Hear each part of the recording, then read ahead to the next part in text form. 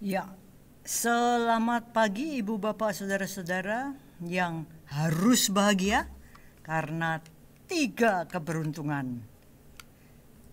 Harus bahagia karena beruntung terlahir sebagai manusia. Kedua, harus bahagia karena beruntung ketemu sama Dhamma yang bisa digunakan sebagai pedoman melangkah dalam kehidupan ini. Dan yang ketiga, harus bahagia karena beruntung masih hidup, masih bisa berjuang untuk selama sisa hidup ini mengumpulkan jasa kebajikan berkarma baik ria, karena inilah harta sejati yang akan kita bawa pindah alam, ganti rupa, atau salin sandangan. Mati tidak beneran ya, karena langsung lahir lagi menjadi entitas baru. Terimalah salam Dhamma dan Namo Buddhaya. Ibu bapak saudara-saudara, sudah cepat sekali, hampir di akhir Maret, tinggal 1 hari Minggu lagi. Saya ajak Anda kali ini untuk pergi ke China. Wow, ini satu artikel pendek sekali ya, yang disisipkan di antara artikel-artikel majalah Reader's Digest. Puluhan tahun yang lalu saya baca dan sampai sekarang kok masih terngiang-ngiang ya, karena erat sekali dengan Dhamma yang bisa kita praktekkan dalam kehidupan sehari-hari. Ceritanya gini, ini ada turis pergi ke pasar. Pasarnya bukan pasar mal-mal gitu, pasar tradisional. Banyak sekali orang kan, bisa bayangkan ya, China gitu. Sampai suatu titik dia mulai dengar, kok rame banget, ada apa-apa sih? Dia menuju arah suara dan ketemulah dengan 2 orang yang lagi bertengkar. Ayah, kenapa situ tidak ayah tidak bisa itu, rame banget. Ini turis barat ya, dia lihat gini nih heran. Kok yang lain, situasinya orang lain tuh ya tetap aja menata dagangan, lai, menawarkan dagangan, nggak terganggu sama sekali dengan 2 orang yang ramenya setengah mati. Iyo san liu ji pak, cap jai bakso mie goreng. Semuanya tuh asik gitu ya, kayak drama gitu. Dia herannya, loh, lah kok semuanya itu berjalan seperti biasa, yang lain tuh babar belas tidak terpengaruh. Nah dia tanya sama guide-nya, loh ini apa yang terjadi, apa drama apa? Oh enggak, itu 2 orang lagi bertengkar. Karena dia di situ agak lama, dia tunggu, tanya lagi, loh ini sudah lama kok masih terus? Iya, loh kok stylenya kok cuman gini doang, nggak ada bab 1, bab 2, bab 3, cuma jadi dipikir ya ini aneh ya, pertengkarannya itu hebat, makin lama makin keras, makin lama makin cepat, saling menyela sampai nggak bisa dipahami, karena yang satu ngomong ini juga ngomong, nggak ada yang mau mendengarkan, semuanya mau ngomong. Dia lihat sekitar, iya, ini kok biasa banget gitu loh. Tanya lagi lah sama turisnya, ini kok cuman kayak gini? Ya nanti kan bubar sendiri. Loh kenapa? Ya kan capek ngomongnya. Dan memang yang terjadi begitu. Sesudah mungkin setengah jam, mungkin 1 jam, kan udah capek loh ya. Akhirnya, ayo jangan. Dia kembali lagi tempat dagangannya, lai. Cuman gitu doang. Turisnya heran, ini pertengkaran kayak gini nih kok aneh, kok nggak ada babak 2, hai, kok nggak ada gitu, kok nggak ada gitu. Tanya lagi, kok nggak ada ini loh, aduh fisik kan lebih seru. Turisnya ketawa. Kalau ada yang mulai fisik, berarti dia ngaku kalah. Siapa yang duluan ngantem, mukul, dia ngaku kalah. Jadi nggak ada yang mau ngalah, sehingga cuma dendong. Dan orang yang sekitarnya, yang orang itu turis itu heran, lah kok yang lain tuh ya sudah, nggak model seperti kita langsung wah kerubunan. Enggak, itu ya mau beli kacang ya beli kacang, bonces itu sao, ayah liang po kuai lah, tetep aja ini dong, nggak ada penontonnya. Nah ya, jadi turis ini menyimpulkan bahwa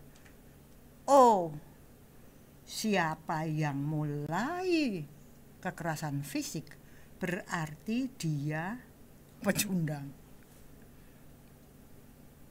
Menarik sekali. Kalau kita kaitkan dengan karma yang punya 3 pintu, pikiran, ucapan, dan fisik, kita bisa kelihatan bahwa kalau pikiran ini memberikan bekerja proses pemikiran, berpikir, buah pikir, ide, ini kalau sudah mau diwujudkan, wujud yang pertama itu ucapan duluan. Kalau ucapan ini sudah makin lama makin besar, kejengkelan makin besar, kemarahan makin besar, tidak lagi bisa mewadahi, meludaklah dia, duerlah dia, meledaklah dia dalam fisik. Menarik ya? Maka pikiran termanifestasikan, terwujud melalui ucapan. Ucapan makin lama makin tinggi, terwujud melalui fisik. Ini karma baik juga begitu. Aku mau menolong Nana, nggak jadi udah pelentus mati di pikiran. Tapi kalau aku mau nolong Nana lah, mesake itu kurus kering kayak biting ini lidi, mungkin bisa dikasih makan, kasih apa, bisa terwujud. Nah, kamu butuh apa supaya kamu lebih gemuk? Butuh apa? Ya kalau bisa sehari telur 2 cilan, macem-macem. Ya jadi berhenti. Tapi kalau saya punya cinta kasih sayang, usaha yang berlebih, apa nah? Telur 2, apalagi? Saya bisa dan saya fisik memberi, karena pikiran terwujud dalam ucapan, terwujud dalam fisik. Seperti itu loh Sang Buddha menjelaskan, pikiran, ucapan, fisik. Maka kalau diruntut ke belakang, segala macam yang kebaikan dilakukan ataupun kebajingan dilakukan, mulanya ini, sumbernya ini adalah pikiran. Dan kalau kita lihat tadi yang di pasar tadi, itu bisa kita lihat ada perbedaan yang nyata antara mereka yang sudah hafal dan tidak akan mengharapkan ada gini karena semua orang maunya menang. Mereka tetap bekerja, jual beli tetap berlangsung. Orang-orang juga nggak peduli. Aku mau beli tempe goreng ya beli tempe goreng, mau beli daun salam ya daun salam. Nggak ada yang perhatian sama ini. Bandingkan dengan lingkungan kita, begitu ada apa-apa, bukannya nolong loh, enjoy, kayak ada tontonan, kayak lihat show gratis. Begitu gampangnya kita terkena pada lie datang untuk nonton sesuatu yang sebenarnya buruk kan, karma buruk sedang berlangsung. Kita sering sekali malah sepertinya dapat hiburan. Maka kalau kita lihat tadi, si turis kan tanya nih, dari tadi kok cuma gitu doang, tong-teng. Dijawab sama guide-nya, siapa yang mukul terlebih dulu berarti dia ngaku kalah. Dan karena tidak ada yang mau kalah, aku harus menang. Budaya ini menciptakan lama-lama ini tidak kuat. mau teriak-teriak kayak apa, lama-lama jadi selesai, kembali kerja. Itu ya. Jadi kalau kita perhatikan bagaimana kita ini terjebak dalam perbuatan fisik, itu levelnya udah level 3. Misalnya kita marah atau kita benci, ini pertama yang di pikiran, jelek, adi apa kurang ajar, di pikiran loh. Mungkin saya bisa, selamat pagi Pak Adi, pikiran saya kurang ajar. Kalau saya nggak bisa mewadahi ini, cuman tinggal di pikiran tok, meledak lah. Pak Adi, kebangetan memang ya, orang seperti kamu kok bisa hidup. Jadi ucapan Adi juga merasa kurang ajar nih, orang tua Bangka Belitung. Mau apa? Apa mau? Dia marah, pukul. Bisa enggak? Terjadi. Sehingga meluapnya apa yang ada di pikiran menjadi ucapan yang enggak benar, yang penuh kemarahan, penuh kebencian. Dan ini kalau tidak bisa di stop, akan muncul pertikaian, kekerasan. Terus enggak cuma itu ya, pakai senjata, terjadi pembunuhan.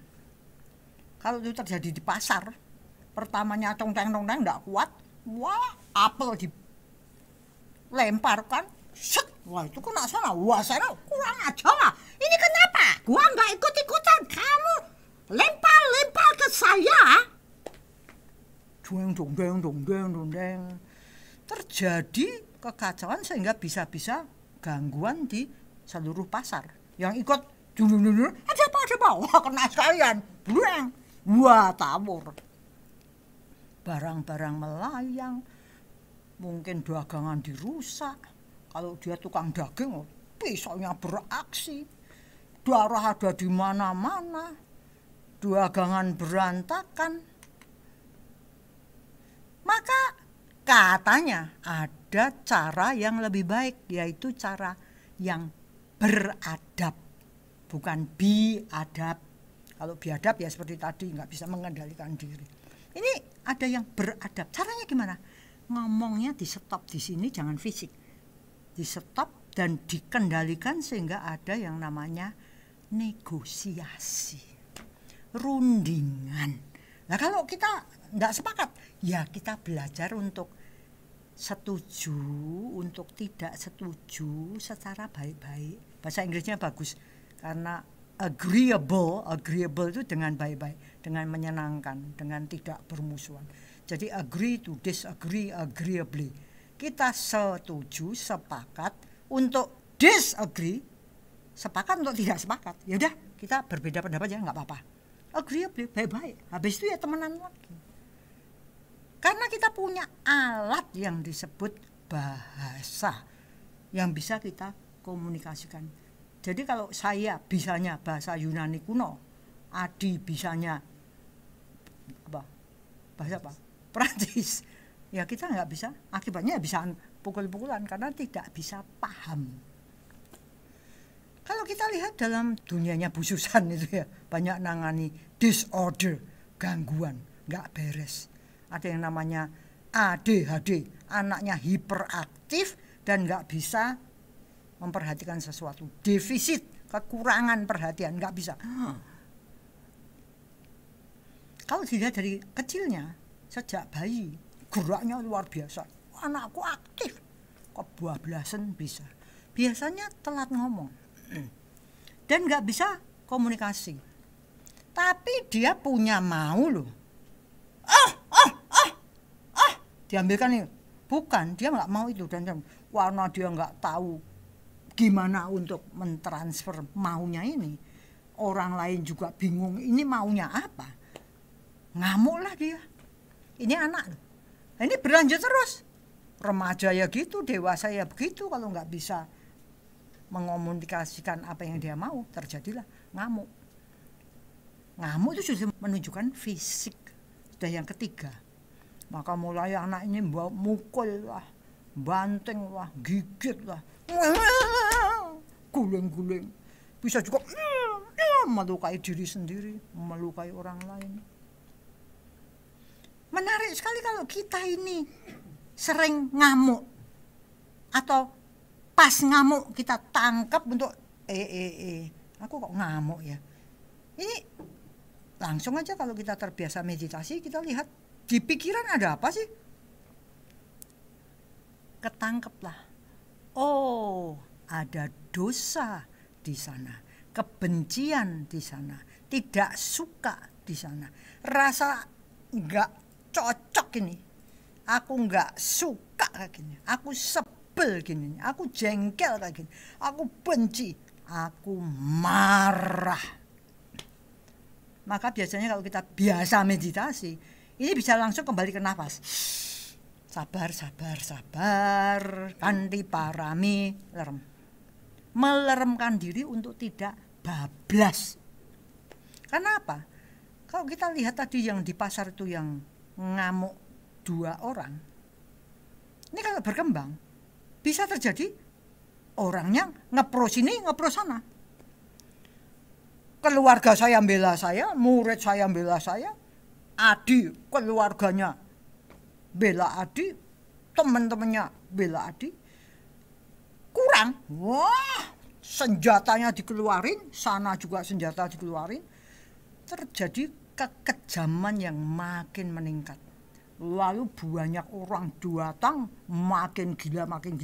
Terus bagaimana? Lah terus ini, mari kita pergi ke adianto.s.com MPD yang merupakan Kepala Sekolah Putra Bangsa. Ayo Di. Terima kasih Bu Lani.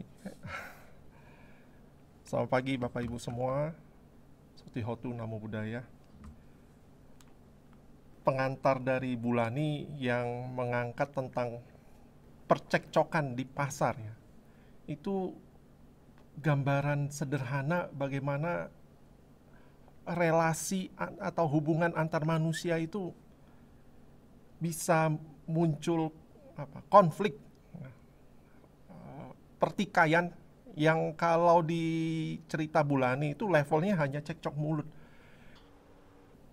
Tidak sampai ada pertumpahan darah. Saya bilang kalau seandainya semua negara, kalau lihat sejarah, cuman cekcok mulut aja, kayaknya kita tidak akan pernah dengar namanya sejarah Perang Dunia Pertama, Perang Dunia Kedua, dan apalagi yang sekarang ini, yang terbaru kita dengar ada perang di Ukraina. Saya mau menghubungkan ini dengan diri kita sendiri, tapi saya mau cerita dulu ini inspirasinya datang dari mana. Ini datang dari kegiatan belajar di kelas. Waktu itu anak-anak belajar tentang fakta dan hoax ya, hoax. Nah, anak-anak cari tuh fakta-fakta yang terjadi di dunia sampai ke bagian Perang Dunia Kedua. Yang menarik dari temuannya anak-anak, kenapa sih muncul perang?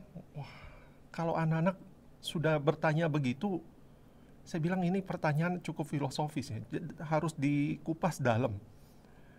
Saya jawabnya secara ringkas, karena nafsu manusia terhadap penguasaan makhluk lain atau manusia lain gitu.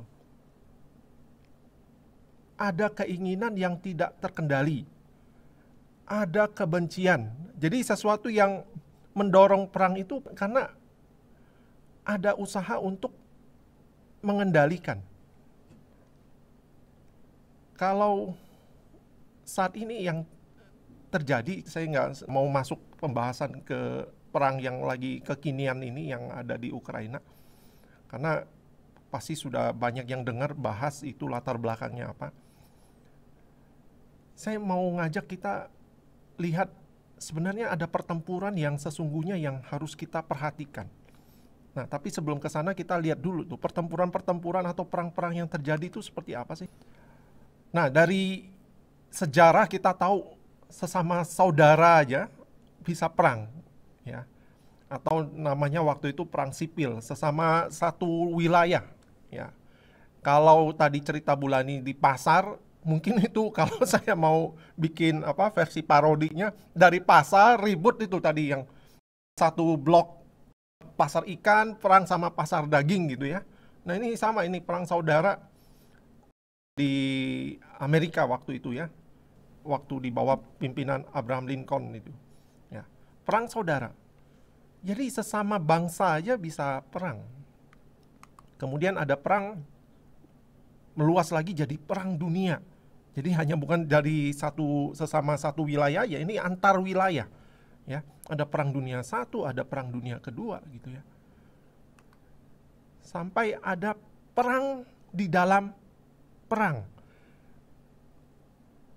Yang ini yang saya maksud, perang di dalam perang ini yang jadi menarik. Prajurit-prajurit ini ketika saya gara-gara anak-anak bahas tentang Perang Dunia Kedua, saya jadi buka dokumenter-dokumenter tentang Perang Dunia, khususnya Perang Dunia Kedua. Yang terjadi di saat perang itu, ada beberapa prajurit yang sampai saat ini masih hidup, jadi umurnya udah 80-an, 90-an. Ketika diwawancara, itu terjadi pertempuran di dalam diri mereka ketika mereka di medan perang. Jadi kebayang, saya bilang ini perang di dalam perang. Pertempuran apa yang terjadi di dalam diri? Itu antara ketemu musuh, saya mau mulai tembak dulu atau enggak? Ini saya harus gimana ini? Ini sipil, penduduk, atau prajurit musuh ini? Jadi ada pertempuran yang luar biasa sampai mereka sendiri, kalau di akhir-akhir itu disebutkan ada trauma-trauma yang muncul. Jadi belum menyerang saja, pergolakan itu sudah cukup melukai emosi mereka. Nah, saya mau tinggal tarik ini nih, pelatuk ini. Ini mau ditembak atau enggak? Jadi saya katakan ini perang di dalam perang. Dan pertempuran itu terjadi dalam diri sendiri. Dan yang paling sering diangkat sampai dibikin filmnya Dunkirk ini, Dunkirk Evacuation, penyelamatan Dunkirk. Ini Jerman masuk ke daerah Prancis utara, itu prajurit Inggris sudah mau nyebrang, itu kan masih diserang itu beberapa prajurit Inggris oleh prajurit Jerman. Nah, di situ juga banyak dialog-dialog yang diangkat di dokumenter. Itu mereka antara, saya mau bangkit sekarang atau enggak? Saya ikut balas sekarang atau enggak? Jadi dialog-dialog survivalnya prajurit-prajurit Inggris itu ketika diwawancara, itu menyisakan sisa pertempuran yang beratnya itu pada diri sendiri. Ya. Dan kita lihat perang-perang yang kini yang diangkat kalau di dokumenter di National Geographic atau BBC, post syndrome setelah pasca perang, ya, itu kan muncul itu. Prajurit-prajuritnya itu tidak bisa langsung terjun ke masyarakat atau kembali ke masyarakat. Karena mereka sendiri ternyata punya trauma atau luka batin akibat pertempuran-pertempuran yang bukan gara-gara di medan perangnya, tapi gara-gara buah pikir yang muncul, bayangan-bayangan yang muncul, pergolakan yang muncul ketika di situasi perang. Padahal mereka sama sekali mungkin tidak membunuh, tidak apa, tapi pergolakan ini. Nah, ini yang saya pikir lebih penting untuk kita perhatikan, bahwa sesungguhnya ada pertempuran dengan diri sendiri. Ya. Ini yang harus jadi perhatian kita. Kita tuh sedang menghadapi apa sih? Bukan hanya melihat apa yang ada di luar yang harus kita jawab tantangannya, tapi di dalam diri kita tuh ada yang harus kita hadapi juga. Nah, sebelum kita melihat apa sih yang harus kita hadapi, ya, saya mau mengutip Dhammapada ayat 103 ini, yang mengatakan, walaupun seseorang dapat menaklukkan ribuan musuh dalam ribuan kali pertempuran. Itu udah keren banget ya. Ini kalau Avengers saja nggak sampai kayak gini ini.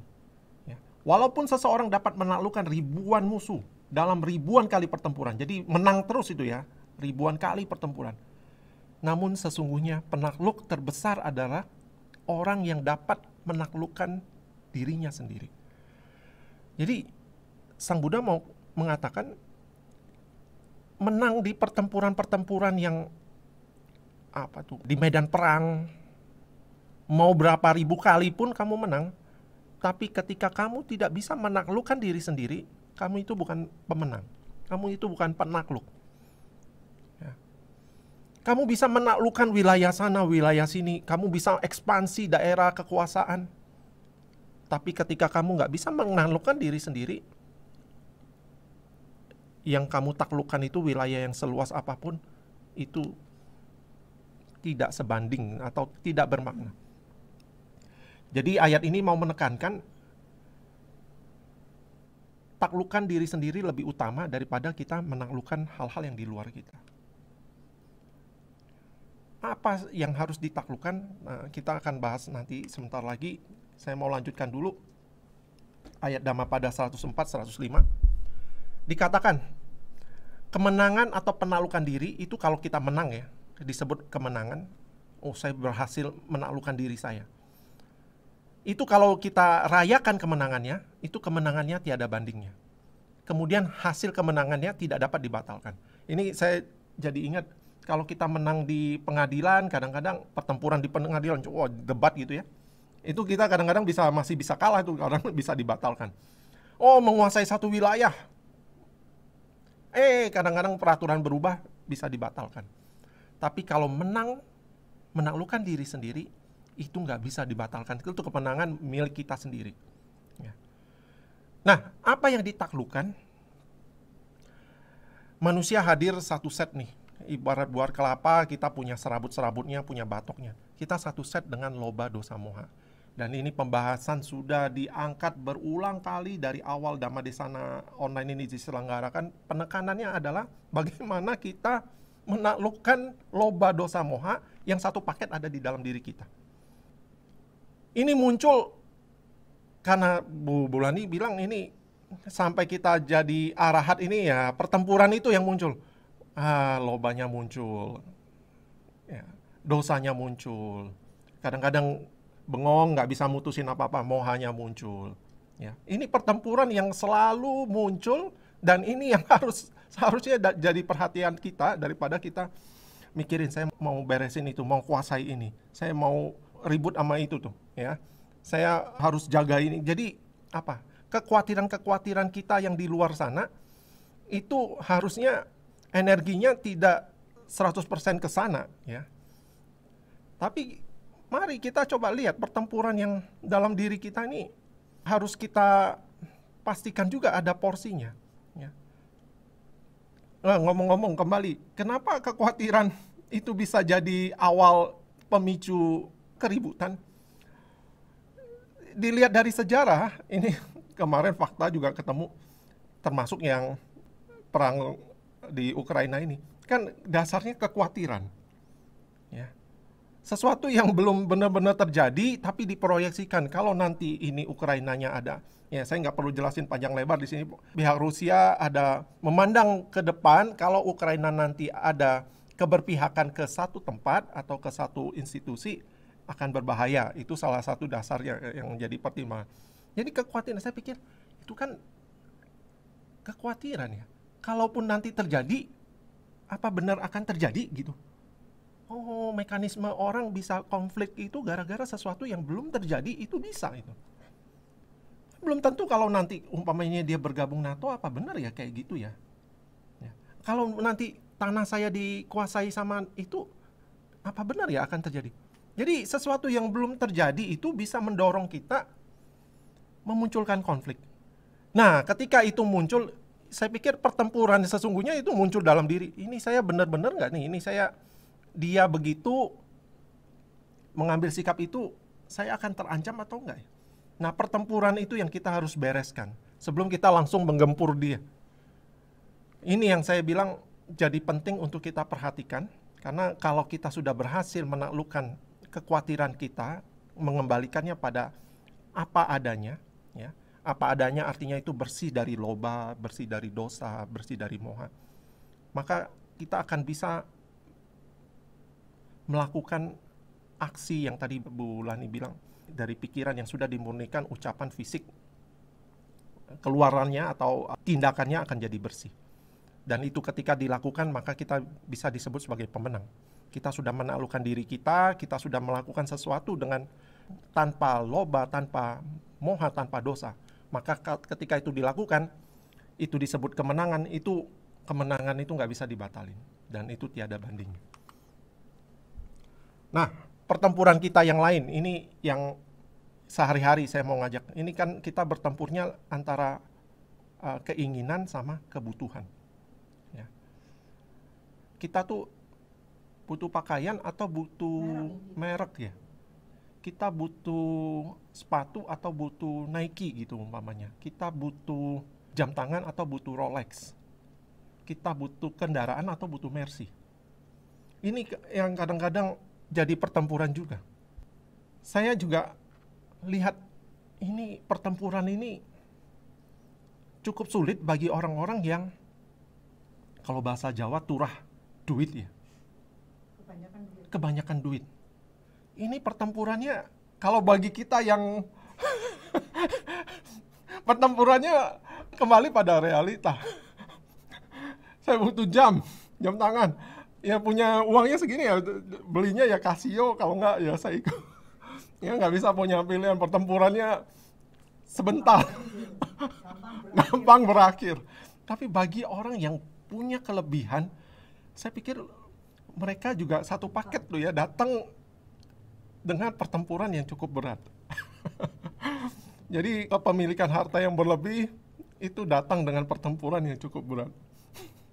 Kalau dia mau punya kesadaran bahwa saya harus menang. Tapi kalau dia mau kalah aja ya udah saya beli Mercy. Ya, dia ikut aja itu. Ya, kalau kita di dunia spiritual kita bisa lihat, oh kamu kalah dalam hal mengendalikan diri. Oh saya pengen Mercy ya Mercy. Padahal cuma butuh kendaraan. Ya. Ini pertempuran yang menarik nih antara butuh sama keinginan. Kemudian pertempuran lain yang rumit sama sederhana. Ya, rumit.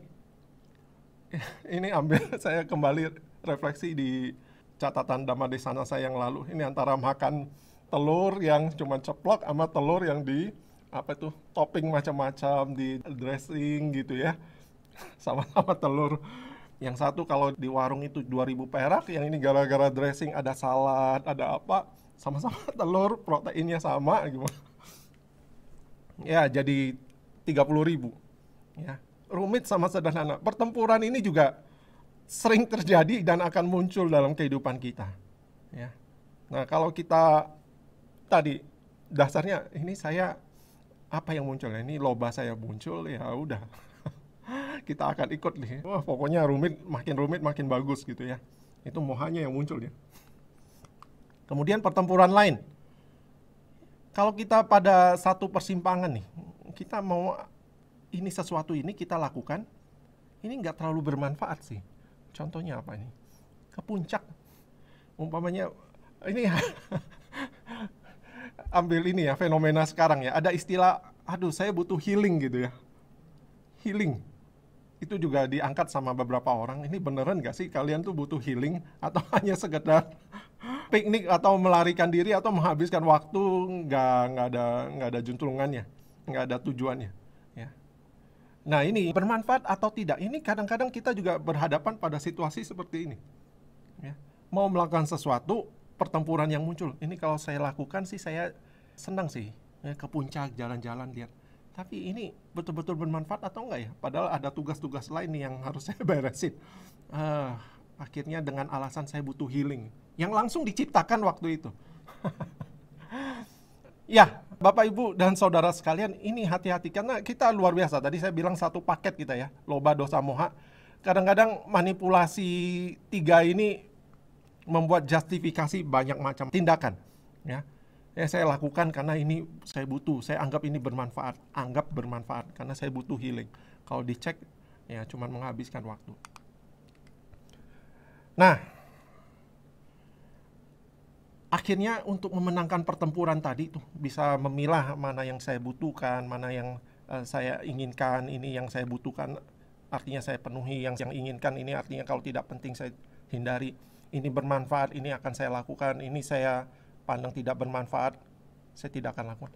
Ini diperkuat keputusan-keputusan itu, pertempuran itu, kalau kita punya sila samadhi panya yang terasah. Saya mau mengambil sisi sila ini sebagai satu hal yang jadi menarik untuk kita bahas lebih jauh, karena ada satu pertanyaan di diskusi Bulani dengan satu umat di Karawang waktu itu. Saya ubah pertanyaannya dengan konteks kita. Saya udah terlanjur ikut nafsu saya, ikut keinginan saya. Saya terlanjur kalau berkegiatan atau memilih keputusan itu ternyata tidak bermanfaat. Udah jadi kebiasaan, habit saya. Itu gimana saya bisa stop? Kalau bulan ini kemarin topiknya balik kanan, gerak, langsung diputus aja tuh, langsung. Tapi waktu itu bulan ini bilang, dan saya bilang, oh iya ya, orang yang sudah terlanjur, kalau dia mau mutusin sesuatu yang dia sudah lakukan itu yang tidak bermanfaat, yang mengumbar hawa nafsu, itu ibarat sesuatu yang kalau saya bilang itu bisa jadi sangat menyakitkan kalau mau di stop ya, berat gitu ya, ibarat kulitnya harus ganti dulu ya, itu pengelupasannya cukup perih. Apa yang dibutuhkan supaya dia bisa tetap tenang untuk balik kanannya itu ya, menghentikan semua yang selama ini dia lakukan yang tidak bermanfaat, memenuhi banyak keinginan. Sila, saya bilang keren banget ini ya. Orang harus beresin dulu nih ya, silanya, sehingga dia melakukan prosesnya dengan tenang ya. Sila itu artinya dalam praktek harus banyak mengendalikan diri plus berbuat banyak kebajikan. Jadi kalau prosesnya itu dia mau balik itu walaupun perih, walaupun sakit, waduh saya biasanya beli tapi kali ini udahlah untuk dana aja gitu ya. Saya biasanya langsung pergi ini, aduh saya beresin dulu. Jadi pengendalian diri itu muncul kalau orang itu mengembangkan sila. Jadi saya pikir jadi dasar juga untuk kita ketahui kalau kita mau memenangkan pertempuran-pertempuran kita ya, sila kita harus beres.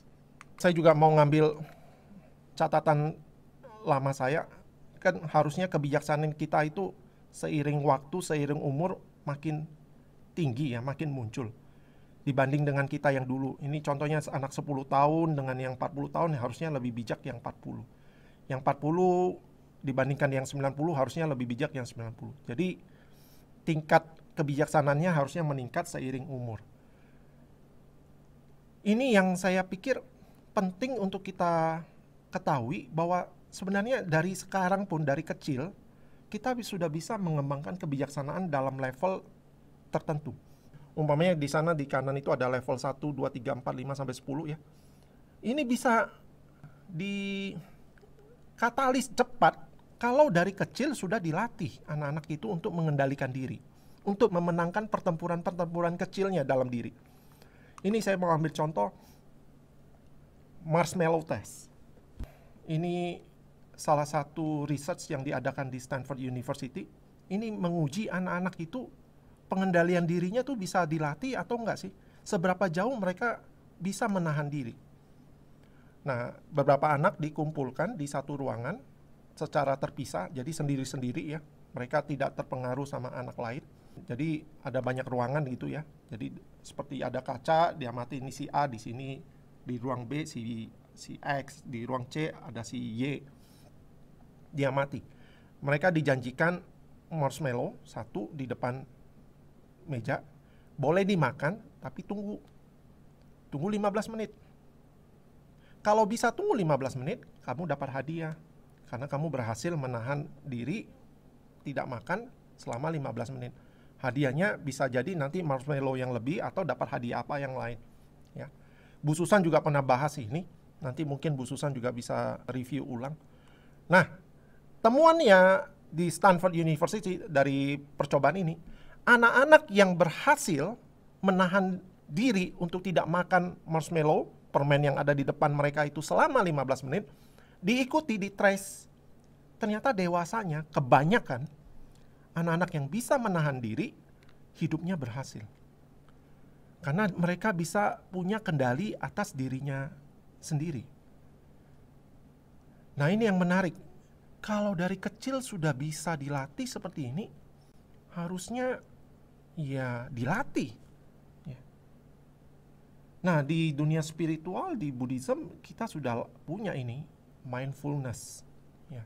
Dan saya mau recall lagi, mengingatkan lagi, Kemendikbud kita memasukkan konsep mindfulness dalam kegiatan belajar, dan itu dilatih, dan latihannya tidak jauh dari praktek apa yang selama ini umat Buddha lakukan, meditasi, ya, memperhatikan nafas keluar, nafas masuk, posturnya diperhatikan, jalan, walking meditation, mengamati ketika dengar suara apa di alam, suara burung. Dia mau mengalihkan perhatian, dia sadari bahwa saya akan mendengarkan yang lain. Dia cari perhatian dengan lain. Dan katanya dengan melatih seperti itu, proses akademiknya, artinya belajarnya, ketika dia memperhatikan, dia akan dapat pemahaman lebih cepat. Ketika dia membaca, dia akan mengerti lebih cepat. Jadi luar biasa ini kalau kita bisa mengendalikan diri, ya. Pertempuran-pertempuran yang di depan tadi, bahwa kita harus pilih mana sih yang bermanfaat, mana yang tidak, ini keinginan atau kebutuhan, akan mudah kita menangkan. Jadi Bapak Ibu sekalian, selamat berjuang untuk menaklukkan diri sendiri. Semoga kemenangan sejati, pembebasan menjadi buah karma kita. Semoga semua makhluk berbahagia. Semoga yang terbaik datang pada kita semua. Ya, demikian PR kita, karena Dhamma Desana atau setiap hari Minggu itu kita memiliki bahan ujian untuk bisa diterapkan dalam kehidupan. Belum sah kalau belum ada gongnya. Mari kita sambut Bu Susan, monggo Bu. Selamat pagi Bu Lani, selamat pagi Pak Adi. Terima kasih untuk pengantarnya Bu Lani hari ini, dan terima kasih juga untuk materinya Pak Adi, karena sebetulnya saya lalu bisa mengaitkan apa yang disampaikan Bu Lani dan Pak Adi hari ini dengan apa yang disampaikan Bu Lani dan Bu Endang di minggu lalu. Jadi ini kayak sequel, menarik sekali. Nah, sebelum saya masuk ke PowerPoint, saya bisa mulai di PowerPoint slide pertama supaya kita tahu arah kita hari ini tuh mau kemana. Nah, minggu lalu saya kira Bu Lani berbicara tentang krisis. Kalau kita masih ingat, krisis itu dijelaskan oleh Bu Lani bisa membuat kita itu jatuh, tetapi bisa membuat kita itu menjadi lebih baik. Nah, usul Bu Lani adalah gunakan krisis itu sebagai kesempatan untuk mengembangkan diri. Jangan terpuruk lalu kita menjadi lebih buruk dari saat ini karena krisis kehidupan yang kita alami. Nah, lalu Bu Endang itu mengatakan bahwa supaya kita itu bisa lepas dari krisis, supaya kita itu bisa menjadi lebih bijaksana, supaya kita itu tidak tenggelam menjadi lebih buruk karena kita itu mengalami krisis. Dan Bu Endang minggu lalu mencontohkan krisis yang dialami Bu Endang sendiri ketika kakaknya sakit. Lalu bagaimana Bu Endang itu berusaha tidak kalut, tidak khawatir, tidak paranoid, lalu justru bisa menunjukkan rasa kasihnya secara bijaksana kepada kakaknya. Saya kira itu yang ditunjukkan oleh Bu Endang. Ketenangan pikiran itu bisa membuat segala sesuatu menjadi lebih baik, dan bisa membuat kakaknya menjadi lebih tenang karena merasa ada yang mengasihi melebihi segala sesuatu. Nah, ini di minggu lalu. Menariknya, Bu Endang mengatakan untuk bisa sampai ke sana itu ada 4 modal, dan ini sulit ya. Bijaksana, pikiran terlatih, pengendalian diri, dan melepas. Nah, saya kira Pak Adi hari ini mengulangi hal yang sama. Tadi ada samadhi, ada panya, dan ada sila. Saya kira ini adalah hal yang sama. Ini obat untuk kita itu bisa mengalahkan diri sendiri, sehingga kemenangan kita itu nggak bisa dibatalkan. Nah, Pak Adi mengulangi kata-kata Bu Endang bahwa obat itu pahit. Sehingga banyak orang itu nggak mau minum obat. Padahal hanya dengan obat yang pahit itulah kita sembuh. Nah, Pak Adi tadi mengatakan sulit berubah, sulit menjadi lebih baik karena memang tidak mudah untuk mengawali sebuah perubahan. Nah, Pak Adi menunjukkan mungkin diawali dengan sila. Kalau Pak Adi pernah bilang ke saya, Bu Susan itu skillful.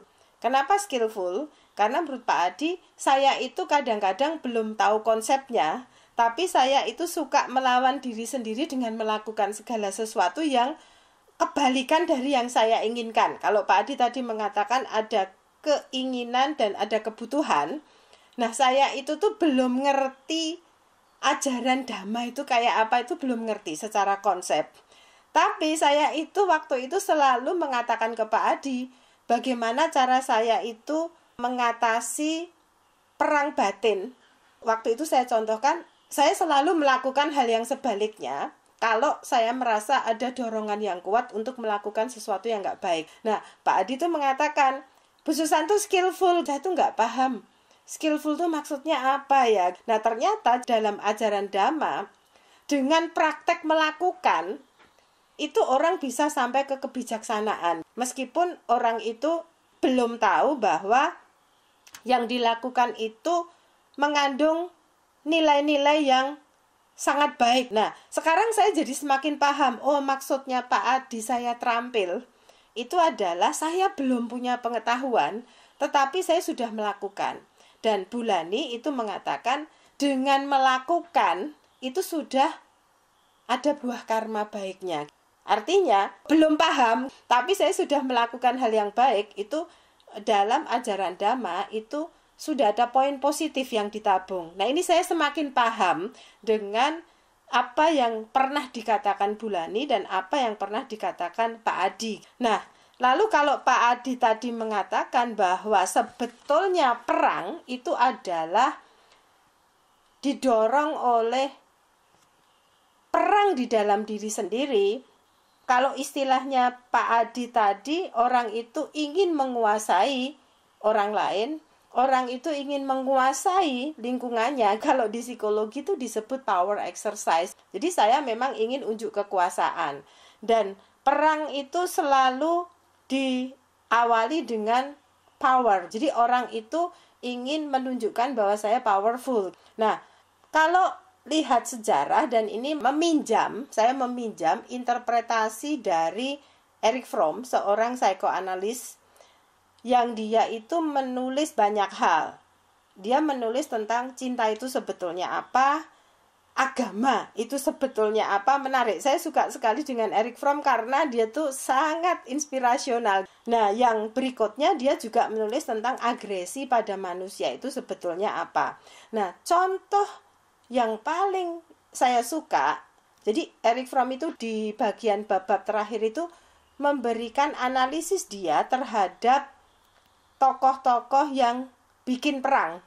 Nah, salah satu yang dia analisis itu adalah Hitler. Nah, perang dunia kedua sebetulnya itu Hitler kuncinya, bukan yang lain. Dan Hitler ini menurut analisisnya Erich Fromm, dia tuh mengalami disorder. Jadi kalau Bulani tadi mengatakan gangguan, istilah lebih tepatnya itu gangguan mental, maka dia menunjukkan Erich Fromm itu bahwa satu orang gangguan mental.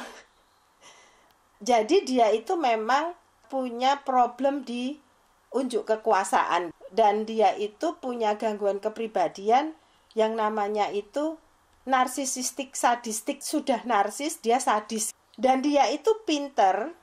Jadi gini, kalau analisisnya Erich Fromm, Hitler itu psikolog sejati gitu. Tapi psikolog dalam tanda petik memanipulasi orang. Jadi Hitler itu dengan lihat orang dalam Kalau Bulani tadi mengatakan dalam negosiasi. Nah, Hitler itu saat bernegosiasi itu satu, dia bisa lihat orang ini tuh punya LDM apa. Itu pinter banget Hitler itu. Nah, sehingga dia itu bisa memanipulasi orang yang punya LDM tertentu dan jadi sekutunya. Ini hebatnya Hitler. Maka kalau dilihat semua tangan kanannya Hitler, itu tuh dia tahu LDM-nya apa. Terus dia waktu itu juga sangat tahu orang Jerman, masyarakat bangsa Jerman itu punya LDM apa. Sehingga dia itu chauvinisme ya, bahwa orang Jerman itu harus unggul dan seterusnya. Itu tuh sebetulnya Hitler itu pandai membaca LDM-nya orang Jerman itu sendiri, bahwa orang Jerman itu inferior, orang Jerman itu bisa dimanipulasi untuk perang dunia. Lalu dia juga mengumpulkan orang-orang dari bangsa lain sebetulnya untuk kepentingan dia pribadi ya sebetulnya. Tapi dunia itu nggak sadar bahwa Hitler itu punya kegembiraan pribadi dengan bermain perang. Jadi masa kecilnya itu Hitler itu sejak preschool suka perang-perangan, pakai boneka. Terus meningkat di usia tertentu dia perang-perangan pakai teman-temannya. Dia tuh emang kayak gitu dari kecil. Nah akhirnya sampai dia itu dewasa, dia pakai bangsa-bangsa di seluruh dunia ini untuk perang. Ini yang saya sebut, Pak Adi betul sekali bahwa awal mula perang itu dimulai dari diri sendiri. Nah, lalu kalau Pak Adi tadi mencontohkan perang saudara, itu sebetulnya dalam ajaran-ajaran kebijaksanaan kita sudah ditunjukkan pada filosofinya Mahabharata ya. Mahabharata itu kan perang saudara, tetapi juga mengandung makna perang batin antara kejahatan dan kebaikan. Nah, kalau Pak Adi tadi mengatakan perang di dalam perang, kalau kita baca buku Mahabharata itu, siapa yang ditunjukkan betul-betul mencoba mengatasi perang di dalam perang itu Arjuna. Ketika Arjuna diharuskan menjadi pemanah, karena kalau bukan dia yang memanah, itu tidak akan memenangkan perang Bharatayuddha. Nah, siapa yang menjadi suara hatinya? Itu adalah Krishna. Karena Krishna di situ adalah kusir. Jadi sebetulnya ajaran-ajaran kebenaran yang sudah ditularkan kita ribuan, ratusan tahun yang lalu, itu sebetulnya persis seperti yang dikatakan Pak Adi, bahwa perang apapun itu sebetulnya adalah dimulai dari diri sendiri. Nah, hari ini mengapa saya mengangkat krisis? Nah, di psikologi kebetulan banyak ahli itu selalu mengatakan tahap perkembangan manusia itu adalah krisis. Kalau di setiap krisis manusia tidak bisa mengatasi dan tidak dibantu untuk mengatasi, maka kesempatan menjadi lebih baik itu semakin jauh dari hidupnya. Nah, kalau Pak Adi tadi mengatakan itu dimulai sejak kecil, saya setuju. Nah, kalau ke slide berikutnya, kita akan melihat krisis itu sama dengan peperangan di dalam hidup. Nah, dalam psikologi sering disebut konflik internal, atau sering disebut inner conflict, atau sering disebut pertempuran intrapersonal, kira-kira begitu. Nah, krisis ada dua tuh. Kalau gagal, dalam psikologi dikatakan orang itu berhenti atau mundur. Jadi bukan hanya berhenti, dia bisa mundur. Nah, kalau berhasil, dia akan berkembang. Nah, banyak sekali sebetulnya teori tentang konflik intrapersonal ini. Banyak sekali teori tentang krisis. Tapi hari ini saya mau mengangkat Erikson, salah satu tokoh di psikologi yang membahas tentang krisis. Mengapa saya mengangkat Erikson? Karena hasrat, needs, wants itu sudah saya bahas di sebelum-sebelumnya. Sebetulnya saya tertarik untuk membahas tentang kebutuhan dan keinginan. Tapi saya ingin memberi variasi supaya kita semua menjadi lebih pinter. Nah, mungkin lain kali saya bisa kembali ke hasrat dan kebutuhan atau keinginan. Tapi hari ini kita mau belajar ilmu psikologi yang lain supaya kita semua lebih pinter. Kalau di slide saya telahnya ini, nah kita lihat Erikson itu mengatakan bahwa perkembangan manusia itu bukan seksual. Jadi dia itu muridnya Freud. Dia sangat mengagumi Freud. Tapi Freud itu sangat dikuasai, terobsesi dengan dorongan seksual. Nah, sehingga Freud itu memandang manusia itu lebih negatif. Bahwa itulah yang mendominasi. Dan bagaimana orang itu bisa survive kalau dia itu bisa mengatasi it-nya. Menurut saya sebetulnya ini bukan negatif ya. Kalau kita analogikan dengan LDM, ini tuh kan it itu LDM. Orang itu kan selalu diutak-atik oleh it. Itu menurut saya orang itu selalu ditantang oleh LDM-nya. Jadi kalau saya mengatakan Freud itu bukan negatif sebetulnya. Hanya bahasanya Freud itu bukan LDM. Bahasanya itu adalah it gitu. Nah, tetapi Erikson ini dipandang lebih optimis. Mengapa lebih optimis? Karena Erikson mengatakan yang diperkuat itu ego. Ego itu kalau menurut Erikson itu bukan atta ya. Tapi ego menurut Erikson itu adalah bagian dari diri yang harus bisa mengelola diri sendiri. Nah, menurut saya bedanya konsep egonya Erikson itu bukan atta. Tapi ego yang dimaksud oleh Erikson, kita harus bisa menjadi sopir untuk diri sendiri. Kita harus bisa menjadi kusir untuk diri sendiri. Nah, ini yang menarik itu. Nah, ego, kalau Pak Adi tadi bilang, pengendalian diri. Dalam contoh marshmallow tadi ya.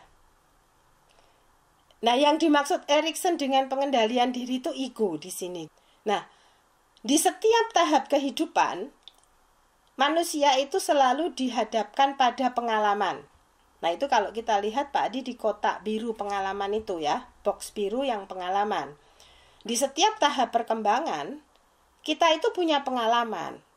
Dan pengalaman inilah yang merupakan tantangan kita untuk berperang melawan diri sendiri. Nah, ini menariknya. Erikson itu seperti itu. Nah, contoh.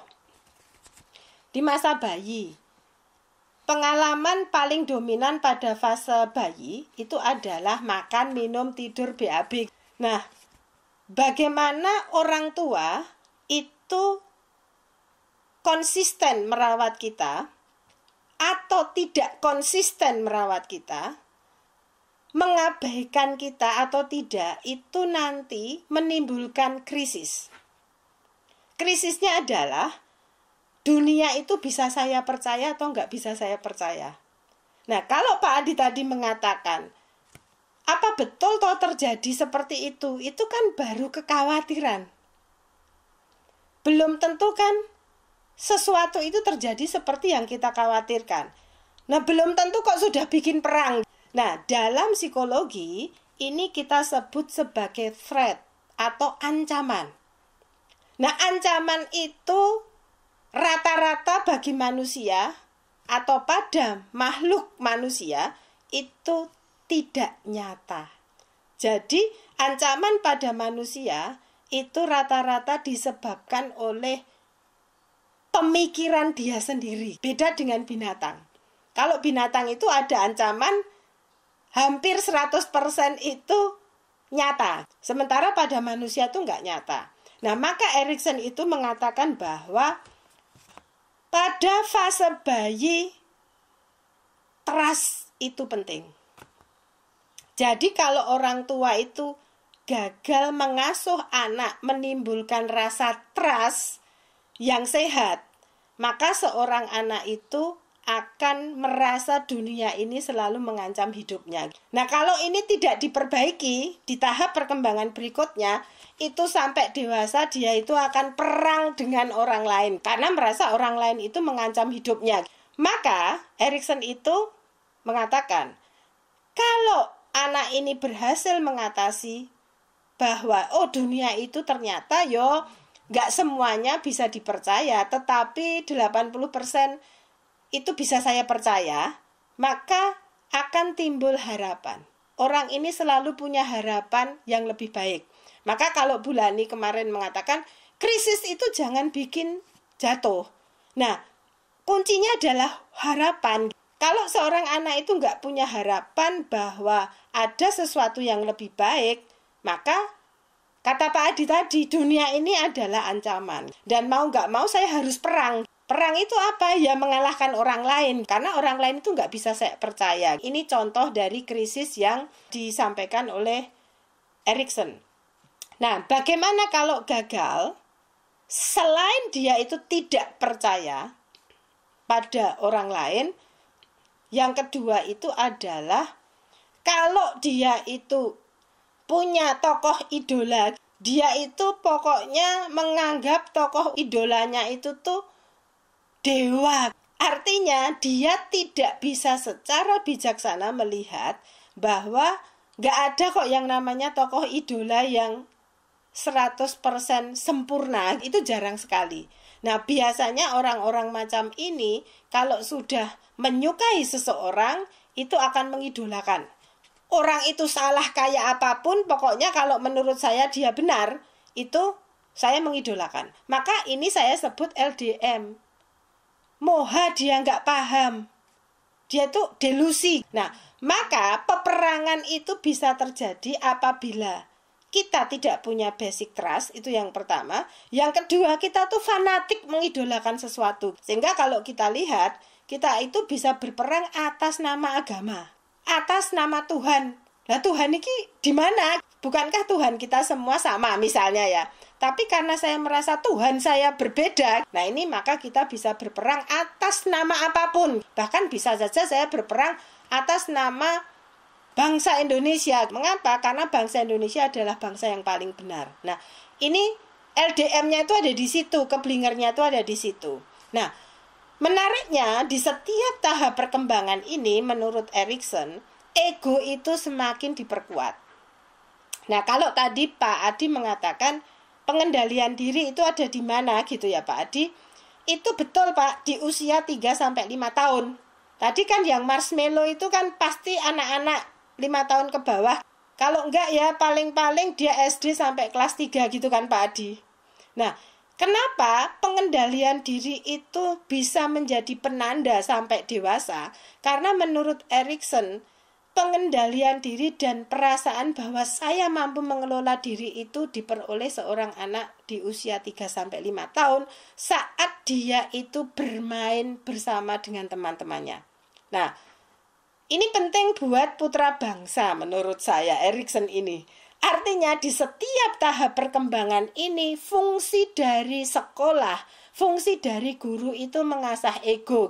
Nah, mungkin lain kali saya ke PB aja Pak mau menjelaskan ini ke guru-guru supaya di setiap tahap perkembangan, oh kalau di preschool tuh apa sih yang perlu diperkuat? Oh, saat di SMP, SD itu apa yang perlu diperkuat? Nampaknya ini menarik untuk saya jelaskan ke guru-guru supaya guru-guru bisa membantu anak mengatasi krisis hidupnya sehingga kalau Pak Adi tadi punya gagasan pengendalian diri mulai bisa dilatihkan saat sangat muda, saya setuju. Karena Erikson mengatakan pengendalian diri itu dimulai saat usia 3-5 tahun.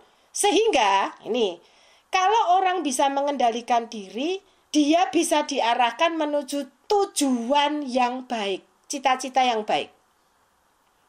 Jadi kalau belajar dhamma, nanti dia akan jelas tujuan hidup saya itu mau kemana. Nah, jika tidak Pak Adi, terjadinya pada ritual. Saya mengikuti aturan sekolah tapi saya nggak ngerti tujuannya apa.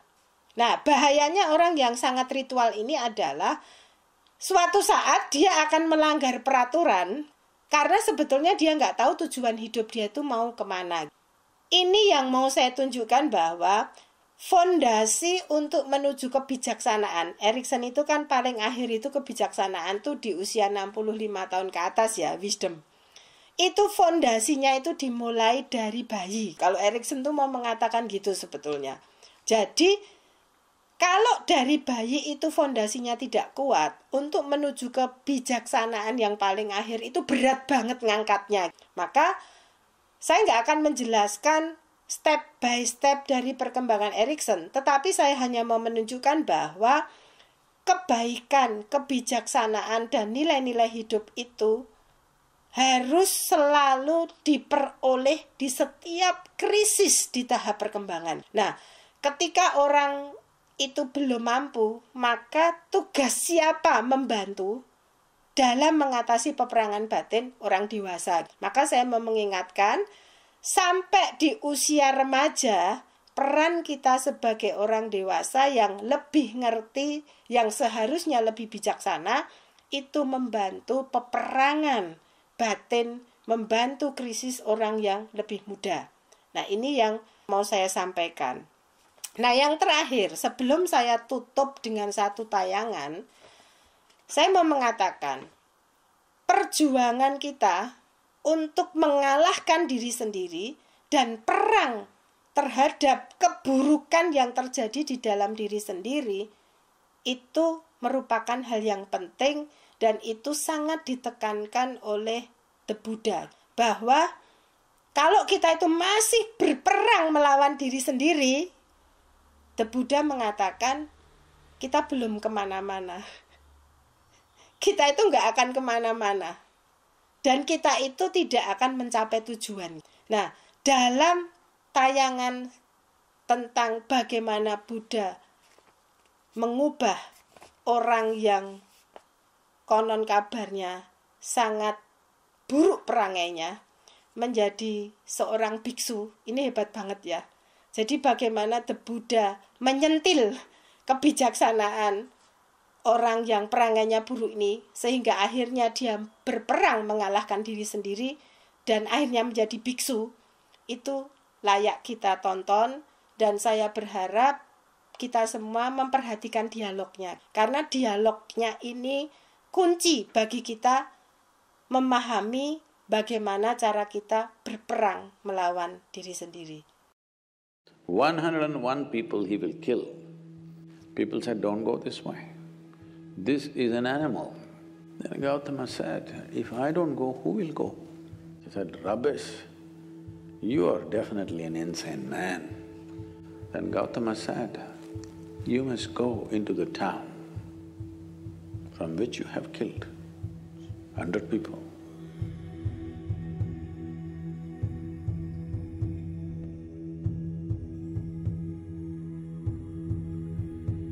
It happened that there was a man, his original name we forget. The name that people gave to him is Angulimala.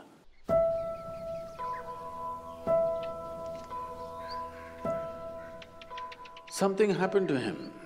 He felt the society has been unfair to him, became an angry man. You know, when you're young, you think everything is unfair to you. So he became very angry with the society and he took a vow, this town which has been unfair to him, he is going to kill 101 people. 101 people he will kill and he will cut each one of their thumb and wear it as a rosary around his neck, a garland of fingers or thumbs. So he went about doing this. People were terrified to go this way. He is housed in a jungle, but this is the pathway to go to many other places. People got killed. Over a few years, he killed 100 people. He just wants one more to satisfy his lust. So one day, Gautama Buddha came to this town. So by now, because he's wearing a garland of these fingers, they called him Angulimala. That means one who wears fingers as his garland. He just needs one more finger for him to complete his vow.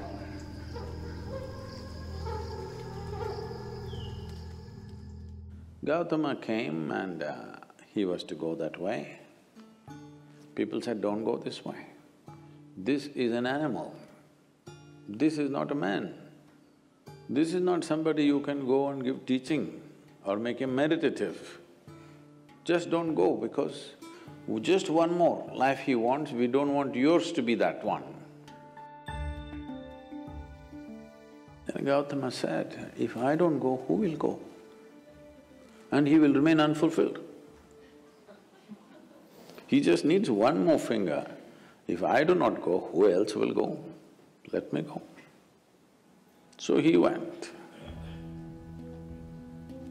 Angulimala was sitting on a rock. He saw this monk coming quietly. By now, he's enjoying his reputation. People are terrified of him, he likes it. Just the mention of his name, people tremble. He's beginning to enjoy it. So, sitting there on the rock, he roared just to make this monk know that I am here and this is your end coming. Gautama looked at him, kept walking with a smile on his face quietly. He didn't like this.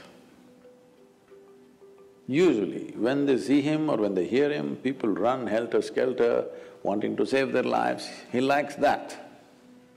This man is just walking. He didn't like it. He jumped off the rock and came and stood in front of him. Said, who the hell are you? And, do you know who I am? He showed his mala, all fingers. Oh.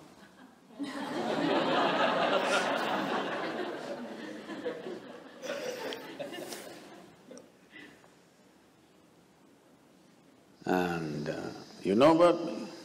Gautama said, well, I've heard a lot about you. What about it? And he kept walking. Where do you think you're going? You're still going when I'm talking to you? Gautama said, I stopped going long time ago. My going stopped long time ago. I have arrived. You're the one who's trying to go somewhere. Then Angulimala laughed. He said, rubbish, you are definitely an insane man. I am standing still, you say I'm going. You're walking and you say you're not going. What's wrong with you? He said, no, I have arrived long time ago. I'm not going anywhere. You're the one who's trying to go somewhere. But you don't know how to go there. You want my finger? Or you want my neck? Hang my head as a pendant, You got fingers, you can hang my head. Now it'll be a good pendant for the necklace. Because I'm done, I've arrived. It doesn't matter whether I'm physically here or not. You can do what you want. See, the pleasure of this killing is only when you're terrified and you don't want to die. When someone wants to die and they don't care, what's the use of killing this guy? And it looks like even if you kill this guy, your lust for 101 lives will not be fulfilled because this guy doesn't give you the pleasure. Then he said, wait, you tell me, what is this about? You're moving and you're saying you have arrived and you're not moving. I am not moving and you say I'm moving. You're looking for fulfillment in your own way, 101. I'm fulfilled, that's a big difference. And you can take my life. If you think you're going to be fulfilled, do it. Because this is my work, to fulfill people. If it's going to happen so easy that without a teaching, just by slashing my throat, you're going to be fulfilled, just do it, what's the problem? Now Angulimala became his star disciple.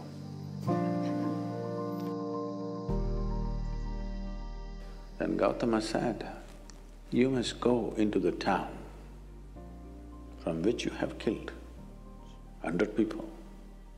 In a small town, 100 people means almost every family has lost somebody to this man. So he made him into a monk. Gautama's monks were called bhikkhus. Bhikkhus means beggars, literally. So he gave him an yellow cloth and a begging bowl. He said, "Go, look for some food in the town." So Angulimala came into the town as a monk. People saw this and they were terrified. They don't know why he has come. They all went and stood on their terraces because they are afraid what he will do. Then when they saw he's become tamed, he's not the same fierce man, then they started throwing stones at him because each family has lost somebody to him. So he continued. Stones hit him, he was bleeding all over. Then when it became… stone throwing became little in excess. And Gautama came in, asked the people to stop and said, "This is not the same man. This man is an extension of me. You're throwing stones at me. So stop. There's no point killing this man because this man in a very hard way has come to realization. You can't waste this man now by killing him." And Angulimala became, as I said, a star disciple, went all over the country spreading Buddha's way of teaching, living and knowing. So it doesn't matter what kind of fulfillment you're looking for. You think it will happen with education, or at least you thought. The moment you got educated, you felt like a fool. If I don't have a job, what is the use of this education? You got a job, you felt great. Then after some time you felt like a fool. What do I do with this money if I don't find that my dream man or dream woman? That happened. After some time you felt like a fool. This goes on. The desire is simply to expand, that's your desire. If you choose physical, material ways to expand, you can go that far, or that far, or that far. But still there will be desire, yes? If I make you the king of this planet, you will look at the other planets. If I give you the solar system, you will look at the galaxy. If I give you one galaxy, you will look at the other galaxies. Now, what you're looking for is not this or that, you're looking for expansion. If you look at it consciously, you will become yoga. Yoga does not mean twisting and turning. You will come to union with the rest of the creation. If you do it unconsciously, it becomes compulsive desire, that's all. Terima kasih Pak Adi. Sebelum saya tutup, apa yang akan saya garis bawahi, kata-kata The Buddha adalah jika membunuh satu orang itu menurutmu bisa membuat kamu mencapai tujuan hidupmu, lakukan saja. Dan kalau menurutmu kamu tidak perlu melakukan hal-hal lain, melatih dirimu dengan tekun untuk mencapai tujuan, ya lakukan saja. Tapi The Buddha mengatakan kamu nggak akan mencapai tujuan. Jadi yang menarik itu adalah kalau kita analogikan dalam kehidupan kita, Sadhguru tadi mengatakan jika kita merasa dengan sekolah setinggi-tingginya itu mencapai tujuan, lakukan saja. Tetapi sebetulnya kita nggak kemana-mana. Kalau menurut kita dengan punya harta kekayaan itu sudah mencapai tujuan, itu gampang banget, lakukan saja. Tetapi sebetulnya kita tidak kemana-mana. Maka murid utama Sang Buddha tadi menyadari bahwa dengan membunuh itu sebetulnya dia akan lahir kembali, nggak kemana-mana. Dengan dia berbuat jahat, dia akan lahir kembali dan mungkin lahirnya tuh ke makhluk yang lebih rendah. Artinya nggak kemana-mana juga. Nah Bapak Ibu sekalian, video tadi saya kira menggarisbawahi apa yang dimaksud Pak Adi dengan perang mengalahkan diri sendiri. Terima kasih untuk hari ini. Semoga kita semua berbahagia. Bapak saudara-saudara, paham ya kalau dikatakan bahwa setiap hari Minggu kita memiliki satu bahan perenungan yang akan membawa kita pada tahap yang lebih tinggi. Semoga kita terus berjuang untuk suatu ketika tidak lagi perang karena kita sudah menaklukkan diri sendiri. Semoga semua makhluk bahagia dan semoga yang terbaik datang kepada kita semua.